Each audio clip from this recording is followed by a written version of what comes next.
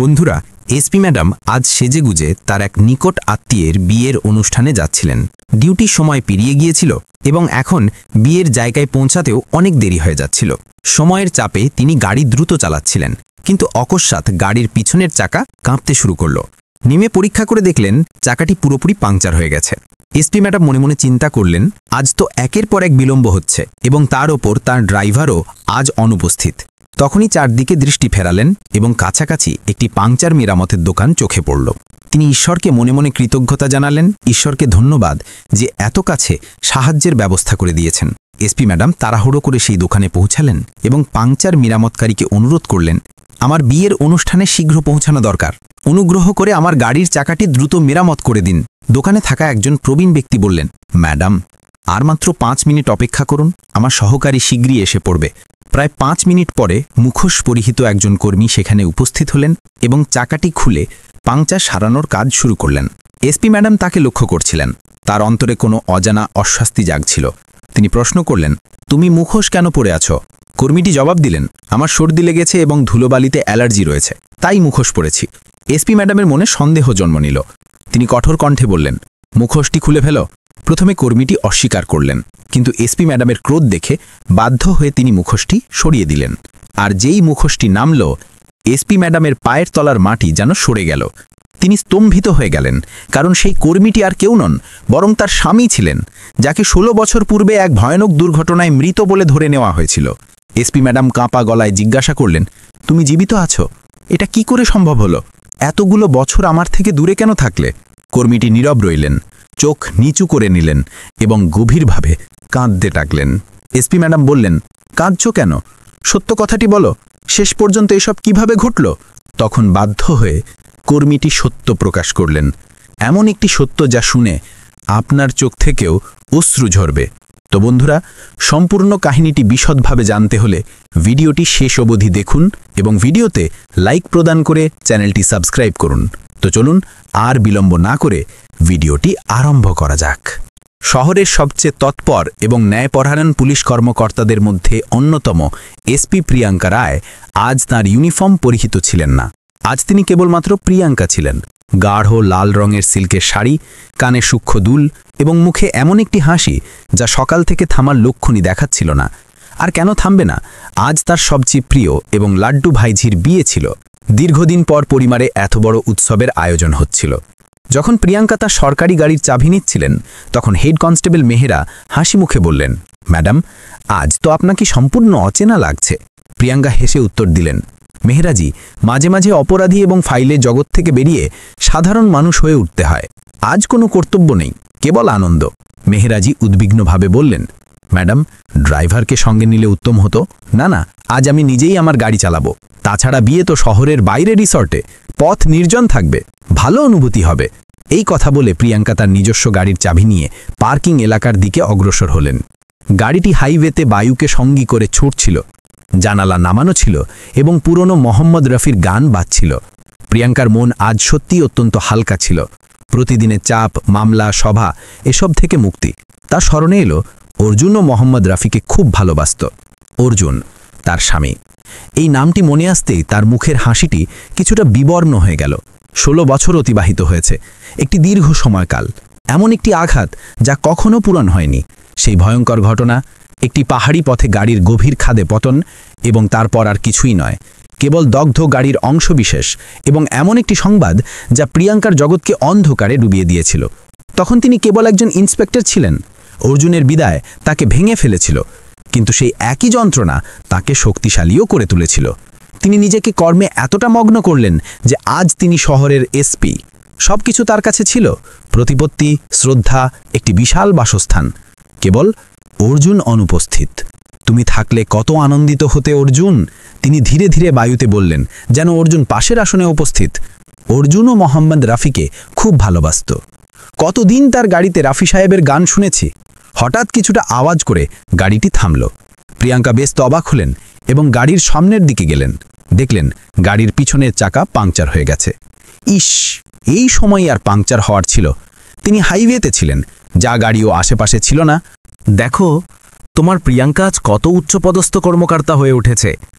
এই চিন্তায় ডুবে তিনি লক্ষ্যই করলেন না যে তিনি বিয়ের স্থান থেকে মাত্র আধ ঘন্টার পথে ছিলেন। তিনি আরও কিছু বিলম্ব করে ফেলেছিলেন। তিনি অ্যাক্সিলারেটরে পা রাখলেন, গাড়ির বেগ বৃদ্ধি পেল। তখনই অকস্মাৎ তিনি গাড়ির পশ্চাৎভাগ থেকে একটি অস্বাভাবিক ধ্বনি শুনলেন, ঝট ঝট ঝট। আর কিছু বুঝে ওঠার আগেই গাড়ির সাম্য হারাতে শুরু করল। তিনি অতি কষ্টে স্টিয়ারিং নিয়ন্ত্রণে রাখলেন এবং গাড়িটিকে পথের কিনারায় থামালেন। বিপত্তি! আজ কি এসব ঘটতে হলো? তিনি ক্রুদ্ধ হয়ে স্টিয়ারিং চাকায় আঘাত করলেন। তিনি নিচে নেমে পরীক্ষা করলেন, পশ্চাৎ চাকাটি সম্পূর্ণ চাপটা হয়ে গেছে, পাংচার। আর ভাগ্যের পরিহাস দেখুন, চারপাশে দূরবর্তী পর্যন্ত কোনো সাহায্যের চিহ্ন নেই। না কোনো দোকান, না কোনো গৃহ, কেবল খালি পথ এবং দুপাশে ক্ষেত্র। মোবাইল বের করলেন তো সংযোগও অনুপস্থিত। বাহ, অসাধারণ! তিনি নিজের প্রতি বিদ্রূপ করছিলেন। এসপি সাহেবা পথের মাঝে আটকে গেছেন? এর চেয়ে উত্তম ভাগ্য আর কি হতে পারে? শাড়ির আঁচল কোমরে বেঁধে তিনি গাড়ির পশ্চাৎভাগ খুলতে শুরু করলেন, যাতে স্টেপনি পরিবর্তন করা যায়। কিন্তু কোথায়?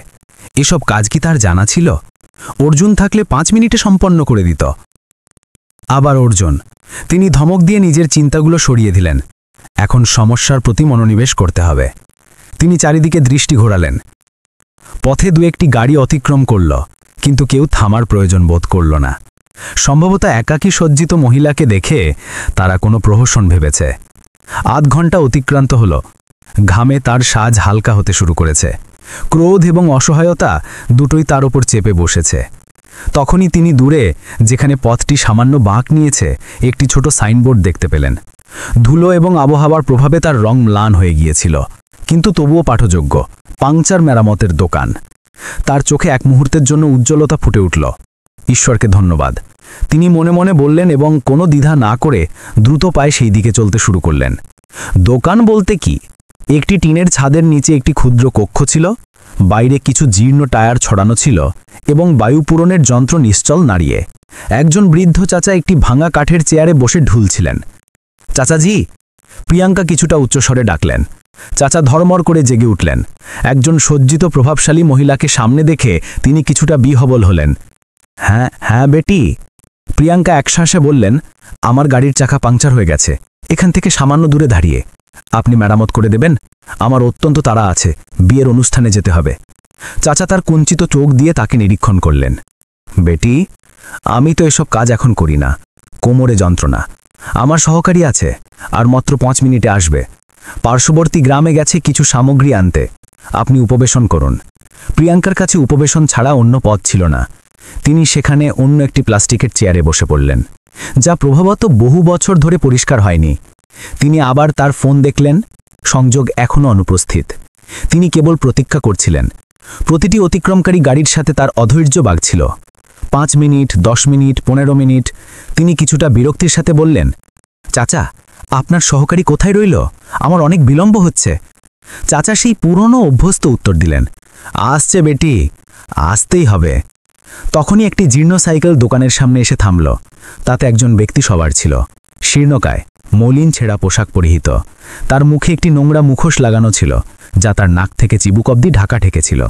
সূর্য থেকে রক্ষার জন্য সে মাথায় একটি রুমাল বেঁধে রেখেছিল। এসে গেছে আমার সহকারী।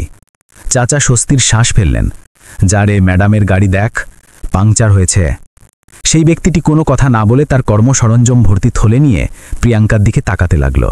তার চোখে, সেই চোখে কিছু ছিল, এক অদ্ভুত ক্লান্তি, এক গভীর বিষাদ। কিন্তু প্রিয়াঙ্কা সেই মুহূর্তে অন্য কিছু চিন্তা করার সুযোগ পেলেন না। তিনি তাড়াতাড়ি উঠলেন। চলো ভাই, শীঘ্র করো বলে তিনি অগ্রে চলতে লাগলেন এবং সেই ব্যক্তিটি নিঃশব্দে তার সাইকেলটি টেনে তার পশ্চাতে চলল। গাড়ির কাছে পৌঁছে সে একটি কথাও না বলে তার কর্ম আরম্ভ করল। তার কর্মপদ্ধতি অত্যন্ত ভিন্ন ছিল, যেন দীর্ঘকাল ধরেই এটাই করে আসছে। জ্যাক স্থাপন, নাট খোলা, টায়ার বের করা, সবকিছু যন্ত্রের মতো। প্রিয়াঙ্কা সেখানে দাঁড়িয়ে তাকে নিরীক্ষণ করছিলেন এবং নিরীক্ষণ করতে করতে তার আবার সেই অদ্ভুত অনুভূতি হতে শুরু করল। ব্যক্তিটির হাত দীর্ঘ এবং সরু। তার হাত ধরার ভঙ্গি, সে যেভাবে নাট খোলার সময় আঙুলগুলোকে বাঁকাচ্ছিল, সবকিছু এত পরিচিত মনে হচ্ছিল কেন? প্রিয়াঙ্কা তার পুলিশি অভ্যাসবশত প্রশ্ন করলেন, এই মুখোশ কেন পরে রেখেছ তুমি? সেই ব্যক্তিটি এক মুহূর্তের জন্য কর্ম স্থগিত করল, কিন্তু তার দিকে তাকালো না। কেবল নিচে টায়ারের দিকে দেখতে দেখতে দমিত ক্লান্তস্বরে বলল, সর্দি লেগেছে ম্যাডাম, এবং ধুলোবালিতে অ্যালার্জিও আছে। কণ্ঠ ভারী এবং ক্লান্ত, কিন্তু এই স্বরেও কিছু ছিল যা প্রিয়াঙ্কার হৃদয়ের কোনো পুরনো স্মৃতিকে স্পর্শ করল। তার সন্দেহ এখনও আরও তীব্র হতে শুরু করেছে। এটা কেবল একটি অনুভূতি ছিল না, অন্য কিছু। তার মস্তিষ্কের সতর্কতা জ্বলে উঠল, একজন পুলিশ কর্মকর্তার মন যা ক্ষুদ্র বিষয়গুলোকেও গ্রহণ করে। তিনি দেখলেন কর্ম করার সময় সে তার ঘামাচি হাতকে তার প্যান্টের পশ্চাৎভাগে একটি বিশেষ ভঙ্গিতে মুছল, ঠিক যেমন অর্জুন মুছতেন। প্রিয়াঙ্কার হৃদয় স্পন্দন তীব্র হল, এক শীতল প্রবাহ তার মেরুদণ্ডে প্রবাহিত হল। না, এটা সম্ভব নয়, এটা আমার বিভ্রান্তি। তিনি নিজেকে বোঝালেন, আমি উন্মাদ হয়ে যাচ্ছি। সে চলে গেছে, কিন্তু তার মন রাজি হলো না। তার চোখ এখন সেই ব্যক্তিটির প্রতি গতিবিধিতে স্থির ছিল। সে পাংচার পরীক্ষার জন্য টায়ারটি জলের পাত্রে ডুবাচ্ছিল। তার ঘাড়ের পেছনের অংশ উন্মুক্ত ছিল এবং সেখানে কানের ঠিক নিচে একটি ছোট্ট তিল ছিল। ব্যাস, প্রিয়াঙ্কার জন্য এটাই যথেষ্ট ছিল। এই সেই তিল ছিল যা নিয়ে তিনি প্রায় পরিহাস করতেন। তার জগৎ ঘুরে গেল। তার কানে ঝিঝি শব্দ হতে শুরু করল। তার মনে হলো সে এখনই মাথা ঘুরে পড়ে যাবে। তিনি কাঁপতে কাঁপতে বললেন, একটু তোমার মুখোশটি সরাও। সেই ব্যক্তিটির হাত সেখানেই স্থির হয়ে গেল। সে পাথরের মতো হয়ে গেল। সে কোনো উত্তর দিল না। প্রিয়াঙ্কা কিছুটা অগ্রসর হলেন। এবার তার কণ্ঠে একজন এসপির কর্তৃত্ব ছিল, একজন স্ত্রীর অধিকার ছিল, একটি ভাঙা হৃদয়ের অস্থিরতা ছিল। আমি বলছি, তুমি মুখোশ সরাচ্ছ না নাচছ? আমি পুলিশ কর্মকর্তা। তার কাছে আর কোনো পথ ছিল না। তার কাঁপতে থাকা হাত ধীরে ধীরে তার মুখের দিকে উঠল। সে রুমালটি সরালো এবং তারপর ধীরে ধীরে মুখোশের ফিতে কান থেকে বের করল। মুখোশ নিচে এলো এবং সামনে যে মুখটি প্রকাশ পেল তা দেখে প্রিয়াঙ্কার শ্বাস রুদ্ধ হলো। তার পায়ের নিচ থেকে যেন মাটি সরে গেল। সময় স্থির হয়ে গেল। গাড়ির ধ্বনি, বায়ুর সরসর শব্দ, সব কিছু বন্ধ হয়ে গেল। সেই মুখ, সেই একই মুখ ছিল, কিছুটা বয়স্ক, কিছুটা ক্লান্ত, গালগুলো ঢোকা, চোখের নিচে গভীর খাঁজ, কপালে বলিরেখা এবং একটি গালে একটি দীর্ঘ ক্ষতচিহ্ন। কিন্তু চোখ, সেই চোখগুলো অপরিবর্তিত। সেই নাক, সেই ঠোঁট, সে ছিল অর্জুন। তার অর্জুন জীবিত। প্রিয়াঙ্কার মুখ থেকে একটি শব্দেও বের হলো না। তিনি পাথরের প্রতিমার মতো তাকে নিরীক্ষণ করতে লাগলেন। তার মস্তিষ্ক অসাড় হয়ে গিয়েছিল। 16 বছর পূর্বে যে মানুষটির তিনি নিজের হাতে অন্ত্যেষ্টিক্রিয়া সম্পন্ন করেছিলেন, সে আজ তার সামনে একজন পাংচার মেরামতকারী কর্মীর রূপে দাঁড়িয়ে। অর্জুনের চোখ প্রিয়াঙ্কার সাথে মিলাতে পারছিল না। সে কেবল মাটির দিকে তাকিয়েছিল এবং তারপর 16 বছর ধরে দমিত একটি বাঁধ ভেঙে পড়ল। তার চোখ থেকে অশ্রু ঝরঝর করে ঝরতে লাগলো। সে কিছু বলতে পারল না, কেবল সেখানে মাটিতে বসে শিশুর মতো গভীরভাবে কাঁদতে শুরু করল। তার ফোঁপানো কান্না সম্পূর্ণ পরিবেশকে আচ্ছন্ন করছিল। তার কান্না দেখে প্রিয়াঙ্কাও চেতনা ফিরে পেলেন। তার নিজের চোখ থেকেও এবার অশ্রু প্রবাহিত হতে শুরু করেছে। তিনি ধীরে ধীরে তার কাছে গেলেন এবং তার সামনে হাঁটু গেড়ে বসলেন। তিনি তার কাঁপতে থাকা হাত বাড়িয়ে তার কাঁধ স্পর্শ করলেন। অর্জুন, তার মুখ থেকে একটি প্রশ্নের মতো ফিসফিস করে উঠল, তুমি তুমি জীবিত আছো? এটা কি করে সম্ভব হলো? অর্জুন কোনো উত্তর দিল না, কেবল কাঁদতে থাকল, যেন তার চোখের জলে 16 বছরের সমস্ত যন্ত্রণা ধুয়ে ফেলতে চায়। প্রিয়াঙ্কা তাকে ঝাঁকুনি দিলেন, কাঁদছো কেন? আমাকে বলো, আমাকে সত্য বলো, তুমি জীবিত আছো কিভাবে এবং তুমি এত বছর আমার থেকে দূরে কেন ছিলে? তুমি জানো আমি এই 16 বছর কিভাবে অতিবাহিত করেছি? তুমি জানো আমি প্রতি মুহূর্তে, প্রতি শ্বাসে মৃত্যুবরণ করেছি? তার প্রতিটি প্রশ্ন ছিল একটি স্বরের মতো, যা অর্জুনের হৃদয়ে বিঁধছিল। কিন্তু সে নীরব ছিল। তার এই নীরবতা প্রিয়াঙ্কাকে উন্মাদ করে তুলছিল। তোমাকে আমার শপথ অর্জুন, তোমাকে আজ সত্য বলতেই হবে। কেন করলে তুমি এসব? প্রিয়াঙ্কা যখন নিজের শপথ দিলেন, তখন অর্জুনের কান্না কিছুটা স্তিমিত হলো। সে তার লাল ফোলা চোখ দিয়ে প্রথমবারের মতো প্রিয়াঙ্কার দিকে তাকালো। সেই চোখে এত যন্ত্রণা, এত অসহায়তা এবং এত ভীতি ছিল যে প্রিয়াঙ্কার হৃদয় কেঁপে উঠল। সে ভাঙা, কাঁপতে থাকা স্বরে কথা বলা শুরু করল এবং সে যে সত্য প্রকাশ করল তা কোনো দুঃস্বপ্নের চেয়েও ভয়ঙ্কর ছিল। সে ফোঁপাতে ফোঁপাতে বলল, আমাকে মাফ করো প্রিয়াঙ্কা, আমি তোমাকে পরিত্যাগ করতে চাইনি, আমাকে জোর করে বাধ্য করা হয়েছিল। সে বলতে শুরু করলো, সেই ঘটনা, সেটা কোনো ঘটনা ছিল না প্রিয়াঙ্কা, সেটা ছিল একটি সুপরিকল্পিত চক্রান্ত। তোমার স্মরণ আছে আমার মৃত্যুর কয়েক মাস পূর্বে আমি পুনেতে একটি বিশাল সরকারি সড়ক প্রকল্পে কর্মরত ছিলাম? প্রিয়াঙ্কা হ্যাঁ সূচক মাথা নাড়লেন। আমি একজন সিভিল ইঞ্জিনিয়ার ছিলাম প্রিয়াঙ্কা। আমার কর্ম কেবল নকশা এবং নির্মাণ তদারকি।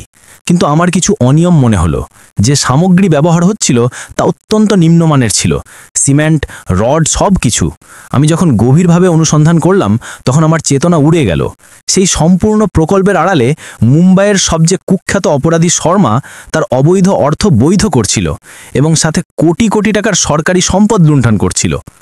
প্রিয়াঙ্কার মুখ বিবর্ণ হয়ে গেল। শর্মা, এমন একটি নাম যা শুনলে উচ্চপদস্থ পুলিশ কর্মকর্তাদেরও ঘাম বেরিয়ে যেত।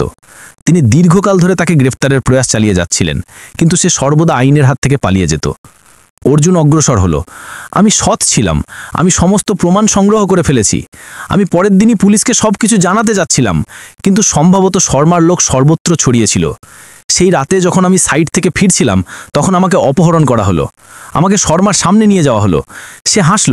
সে আমার সমস্ত প্রমাণ আমার সামনে দগ্ধ করে দিল এবং বলল, ইঞ্জিনিয়ার, তোর কাছে দুটো পথ। হয় তুই কাল সকালে তোর স্ত্রীর সাথে একটি ভয়ঙ্কর গাড়ি দুর্ঘটনায় মরবি, অথবা চিরকালের জন্য জগতের কাছে মৃত হয়ে যাবি এবং তোর স্ত্রীকে বাঁচিয়ে দিবি। প্রিয়াঙ্কার চোখ থেকে অশ্রু প্রবাহিত হচ্ছিল।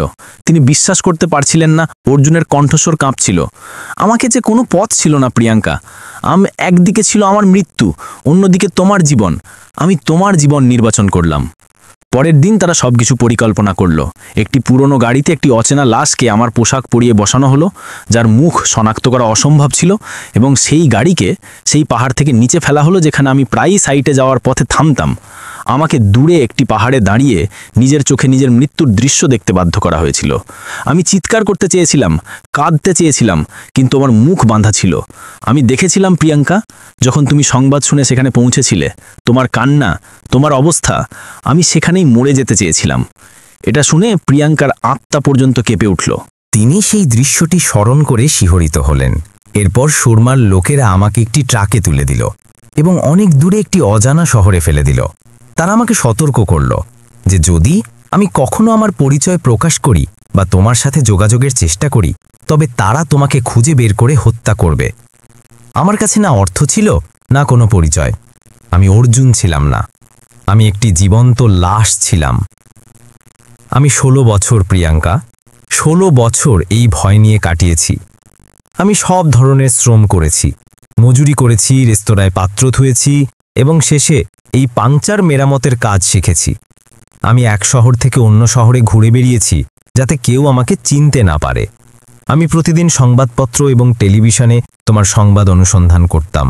যখন তুমি ইন্সপেক্টর থেকে এসপি হলে তখন আমি সেই দিন সম্পূর্ণ রাত কেঁদেছিলাম, আনন্দেও এবং এই কারণে যে আমি তোমার সাথে নেই। আমি তোমাকে দূর থেকে নিরীক্ষণ করতাম প্রিয়াঙ্কা। কখনো কখনো আমি তোমার শহরে আসতাম কেবল তোমার এক ঝলক দেখার জন্য। তোমাকে তোমার গাড়িতে, তোমার ইউনিফর্মে দেখে আমার বুক গর্বে ভরে উঠত, কিন্তু পরবর্তী মুহূর্তে এই অনুভূতি যে আমি তোমার কাছে যেতে পারবো না তা আমাকে ধ্বংস করত। সে তার গালের ক্ষতচিহ্নটি স্পর্শ করল। এই চিহ্নটিও শর্মার একজন লোক দিয়েছিল যখন সে আমাকে একবার তোমার বাসস্থানের আশপাশে ঘুরতে দেখেছিল। সেই দিনের পর থেকে আমি তোমার শহরে আসাও পরিত্যাগ করেছিলাম। তাহলে আজ তুমি এইখানে কি করে? প্রিয়াঙ্কা কেঁদে জিজ্ঞাসা করলেন। শর্মা, অর্জুন বলল, 3 মাস পূর্বে আমি সংবাদে পড়লাম যে সে একটি গ্যাং সংঘর্ষে নিহত হয়েছে। সেই দিন আমার মনে হলো যেন আমি মুক্ত হয়ে গেলাম। 16 বছরের কারাবাস শেষ হলো। আমি গত 3 মাস ধরে সাহস সঞ্চয় করছিলাম যে তোমার কাছে আসব, কিন্তু কিভাবে আসতাম প্রিয়াঙ্কা? কোন মুখে? তুমি এত উচ্চপদস্থ এসপি আর আমি একজন জীর্ণ পুরনো পরাজিত কর্মী। আমার লজ্জা হচ্ছিল। আমি নিজেকে তোমার যোগ্য মনে করতাম না। আমি কেবল উপযুক্ত সময়ের প্রতীক্ষা করছিলাম, কিন্তু আমি জানতাম না যে নিয়তি আমাদের এভাবে মিলিত করবে। সম্পূর্ণ কাহিনী শুনে প্রিয়াঙ্কা এখন কাঁদছিলেন না। তিনি অসাড় ছিলেন। তার স্বামী তার জীবন রক্ষার জন্য তার সম্পূর্ণ জীবন উৎসর্গ করে দিয়েছিলেন। তিনি 16 বছরের নরকীয় যন্ত্রণা সহ্য করেছিলেন কেবল এই জন্য যাতে তিনি নিরাপদ থাকতে পারেন।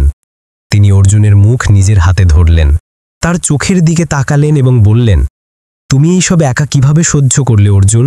কেন চিন্তা করলে না যে আমি তোমাকে ছাড়া কিভাবে জীবিত থাকব? আমি প্রতি মুহূর্তে তোমার সাথে ছিলাম প্রিয়াঙ্কা। অর্জুনের কথা শুনে তাদের 16 বছরের বিচ্ছেদ, 16 বছরের যন্ত্রণা আজ তাদের দুজনের চোখের অশ্রুতে ভেসে যাচ্ছিল। বিয়ে, উৎসব, বিলম্ব সবকিছু অর্থহীন হয়ে গিয়েছিল।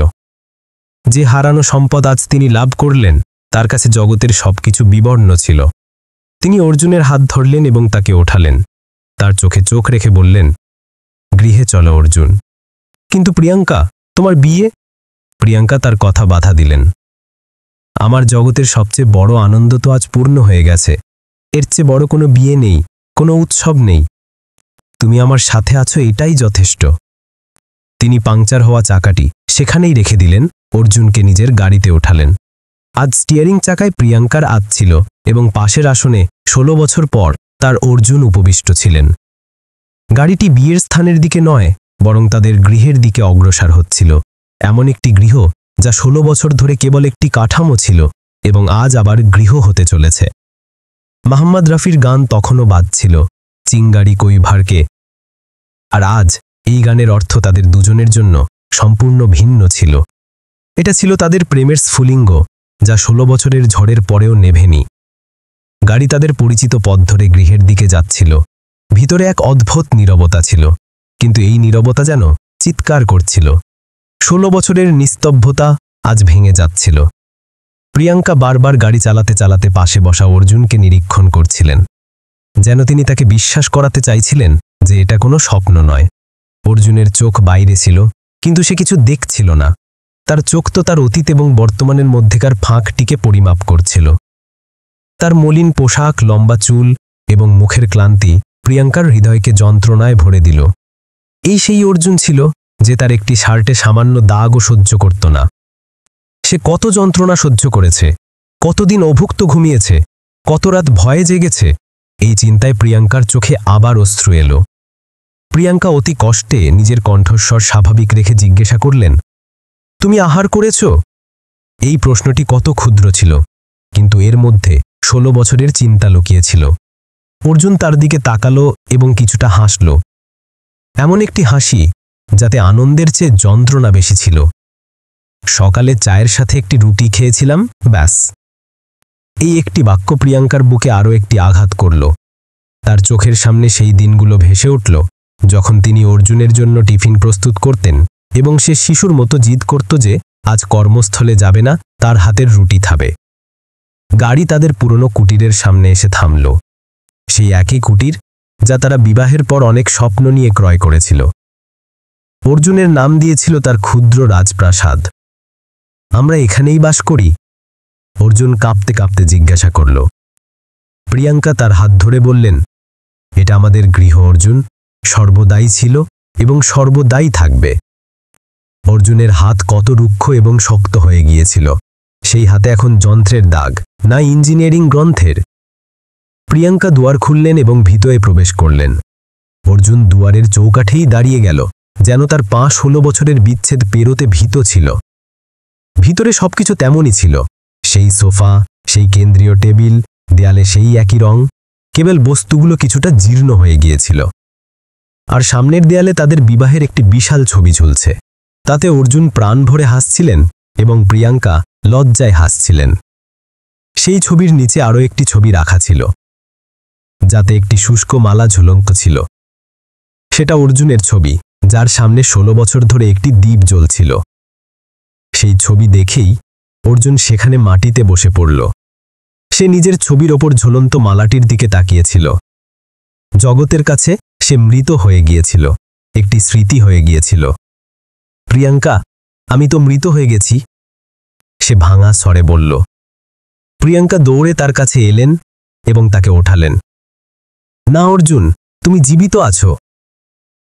এই সব একটা দুঃস্বপ্ন ছিল যা এখন সমাপ্ত হয়েছে। তিনি তাকে ধরে ভিতরে নিয়ে এলেন এবং সোফায় উপবিষ্ট করলেন। অর্জুনের চোখ কোনো শিশুর মতো সম্পূর্ণ গৃহটি নিরীক্ষণ করছিল। সেই বইয়ের তাক যেখানে এখনও তার ইঞ্জিনিয়ারিং গ্রন্থ রাখা ছিল, সেই বারান্দা যেখানে বসে তারা দুজনে ঘন্টার পর ঘন্টা আলাপ করতেন, সব কিছু একটি স্মৃতি ছিল। প্রতিটি কোণ একটি কাহিনী বলছিল। প্রিয়ঙ্কা দৌড়ে রান্নাঘরে গেলেন এবং তার জন্য জল নিয়ে এলেন। তিনি অর্জুনের হাতে গ্লাসটি দিলেন। অর্জুন জল পান করল এবং তারপর প্রিয়ঙ্কার দিকে তাকালো, যিনি মাটিতে তার পায়ের কাছে বসে পড়েছিলেন। অর্জুন জিজ্ঞাসা করলেন, তোমার ইউনিফর্ম কোথায়? প্রিয়ঙ্কা বুঝতে পারলেন না। আলমারিতে আছে। কেন? মানে আজ তো তুমি শাড়িতে আছো। আমি তো তোমাকে সর্বদা ইউনিফর্মে দেখার কল্পনা করতাম, সংবাদপত্রে টেলিভিশনে সর্বদা একজন প্রভাবশালী এসপির রূপে। প্রিয়ঙ্কা হাসলেন। আজ তোমার এসপি নয়, কেবল তোমার প্রিয়ঙ্কা গৃহে ফিরেছে অর্জুন। এটা শুনে অর্জুনের চোখে এক অদ্ভুত লজ্জা প্রকাশ পেল। সে চোখ নামিয়ে নিল। আমি তোমার যোগ্য নই প্রিয়ঙ্কা। তুমি কোথায় একজন এত উচ্চ কর্মকর্তা, আর আমি একজন সামান্য পাংচার মেরামতকারী। লোকে কি বলবে, বিভাগ কি চিন্তা করবে? এটাই সেই ভয় ছিল যা তাকে এত মাস ধরে ক্ষয় করছিল। এটাই সেই লজ্জা ছিল যা তাকে মুক্তির পরেও তার স্ত্রীর কাছে আসতে বাধা দিচ্ছিল। প্রিয়ঙ্কা তার মুখ উপরে তুললেন। লোকে কি বলবে, এটা আমি চিন্তা পরিত্যাগ করেছি অর্জুন। এবং বিভাগ, সেটা আমার পরিবার, তারা বুঝবে। আর যদি না বোঝে তবে আমার পরোয়া নেই। এই ইউনিফর্ম, এই পদ, এই সব তোমার অনুপস্থিতিতে আমার কাছে অর্থহীন ছিল। আমি এই সব অর্জন করেছি যাতে নিজেকে কর্মে ব্যস্ত রাখতে পারি, তোমার দুঃখ ভুলতে পারি। কিন্তু সত্য হলো আমি এক মুহূর্তের জন্য তোমাকে ভুলিনি। তিনি অর্জুনের হাত নিজের হাতে নিলেন। তুমি আমার জন্য কি তা কেবল আমিই জানি। তুমি আমার জীবন রক্ষার জন্য নিজের জীবন ঝুঁকিতে ফেলেছিলে। এর চেয়ে বড় এবং মহৎ কাজ কিছু হতে পারে না। আমার চোখে তুমি কোনো বীরের চেয়ে কম নও। অর্জুনের চোখ থেকে আবার অশ্রু প্রবাহিত হতে শুরু করল, কিন্তু এবার তার যন্ত্রণার নয়, স্বস্তির অশ্রু ছিল। সে জিজ্ঞাসা করল, কিন্তু এখন এরপর কি হবে প্রিয়ঙ্কা? এসব এত সহজ হবে না। জগতের কাছে আমি একজন মৃত ব্যক্তি। আমার মৃত্যু সনদ তৈরি আছে, ব্যাংক অ্যাকাউন্ট বন্ধ হয়ে গেছে, আমার কোনো পরিচয় নেই। আমি আইনগত এই জগতে অস্তিত্বহীন। এখন প্রিয়ঙ্কা একজন এসপির মতো চিন্তা করছিলেন। এটা কেবল একটি আবেগীয় বিষয় ছিল না, এটা একটি অত্যন্ত বড় আইনি জটিলতা ছিল। একজন ব্যক্তি যে 16 বছর ধরে মৃত, তাকে আবার জীবিত কিভাবে প্রমাণ করা হবে? মিডিয়ায় এই সংবাদ আগুনের মতো ছড়াবে। এসপির স্বামী জীবিত, 16 বছর ধরে গোপন রাখা পরিচয়, না জানি কেমন শিরোনাম হবে। তার নিজের কর্ম ঝুঁকিতে পড়তে পারত। আমি জানি কঠিন হবে। প্রিয়ঙ্কা একটি গভীর শ্বাস নিয়ে বললেন, অত্যন্ত কঠিন। আমাদের প্রতিটি পদক্ষেপ অত্যন্ত সতর্কতার সাথে নিতে হবে। সবার আগে আমাদের তোমাকে একটি নতুন পরিচয় দিতে হবে, বা বলা ভালো তোমার পুরনো পরিচয় ফিরিয়ে দিতে হবে। কিভাবে? আমি আমার সবচেয়ে বিশ্বস্ত ব্যক্তিদের সাথে আলোচনা করব। আমাদের আদালতে যেতে হবে, ডিএনএ পরীক্ষা হবে, সাক্ষ্য হবে। শর্মা নিহত হয়েছে, কিন্তু তার গ্যাংয়ের কিছু সদস্য এখনও জীবিত। আমাদের প্রমাণ করতে হবে যে তোমাকে সতর্ক করা হয়েছিল এবং তোমার মৃত্যু পরিকল্পিত ছিল। এতে সময় লাগবে অর্জুন, অনেক সময় এবং অনেক সাহস। অর্জুনের মুখ এইসব শুনে ফ্যাকাশে হয়ে গেল। আদালত, কাচারি, সাক্ষী, এইসব তার জন্য একটি দুঃস্বপ্নের মতো ছিল। সে তো কেবল একটি শান্ত জীবনযাপন করতে চেয়েছিল। প্রিয়ঙ্কা, আমরা কি এটা গোপনে করতে পারি না? কোথাও দূরে চলে যাই, একটি নতুন জীবন আরম্ভ করি? সে একটি শিশুর মতো জিজ্ঞাসা করল। প্রিয়ঙ্কা স্নেহ করে তার মাথায় হাত বুলিয়ে দিলেন। আমরা পালাতে পারি না অর্জুন। আমরা কোনো অপরাধ করিনি। তুমি একজন ভুক্তভোগী, অপরাধী নয়। আমরা জগতের মোকাবিলা করব একসাথে। আমি তোমাকে তোমার নাম, তোমার সম্মান, তোমার জীবন ফিরিয়ে দেব। এটা আমার তোমার কাছে প্রতিশ্রুতি। তার কণ্ঠে এত দৃঢ়তা ছিল যে অর্জুনও সাহস লাভ করল। তার মনে হলো যে এখন সে একা নয়, তার প্রিয়ঙ্কা তার সাথে আছে, তার ঢাল হয়ে আছে। ঠিক আছে, তুমি যা বলবে। প্রিয়ঙ্কা উঠলেন। প্রথমে তুমি স্নান করো, আমি তোমার জন্য কিছু বস্ত্র বের করছি। তিনি আলমারির দিকে গেলেন এবং একটি পুরনো সিন্দুক খুললেন। এর মধ্যে তিনি অর্জুনের সমস্ত বস্ত্র এবং বস্তু যত্নে রেখেছিলেন, তার ঘড়ি, তার মানি ব্যাগ, তার গ্রন্থসমূহ, সব কিছু। তিনি অর্জুনের পছন্দের পোশাক থেকে একটি কুর্তা পায়জামা বের করলেন। যখন অর্জুন স্নান করে বাইরে এলেন, তখন তাকে সম্পূর্ণ ভিন্ন দেখাচ্ছিল। পরিষ্কার পোশাকে তার ক্লান্ত মুখও উজ্জ্বল হচ্ছিল। প্রিয়ঙ্কা কেবল তার দিকে তাকিয়ে রইলেন। আমি চা প্রস্তুত করেছি। তোমার হাতের আদা মিশ্রিত চা বহুদিন পান করিনি, অর্জুন বললেন এবং হাসলেন। দুজনে বারান্দায় এসে উপবিষ্ট হলেন। সন্ধ্যা নামছিল, সূর্য অস্ত যাচ্ছিল এবং আকাশে কমলা রং ছড়িয়ে পড়ছিল। দুজনে নীরবে চা পান করছিলেন, কিন্তু আজ তাদের নীরবতায় শান্তি ছিল। অর্জুন ধীরে ধীরে বললেন, মা বাবাকে জানাতে হবে। নিজের মা বাবার কথা স্মরণ আসতেই তার মন ভারাক্রান্ত হলো। প্রিয়াঙ্কা তার হাত ধরলেন। হ্যাঁ, জানাতে হবে। তাদের জন্য এটা কোনো আঘাতের চেয়ে কম হবে না, কিন্তু সেটা আনন্দের আঘাত হবে। আমরা কাল সকালেই তাদের কাছে যাব। সেই রাতে 16 বছর পর অর্জুন নিজের কক্ষে নিজের বিছানায় শয়ন করলেন।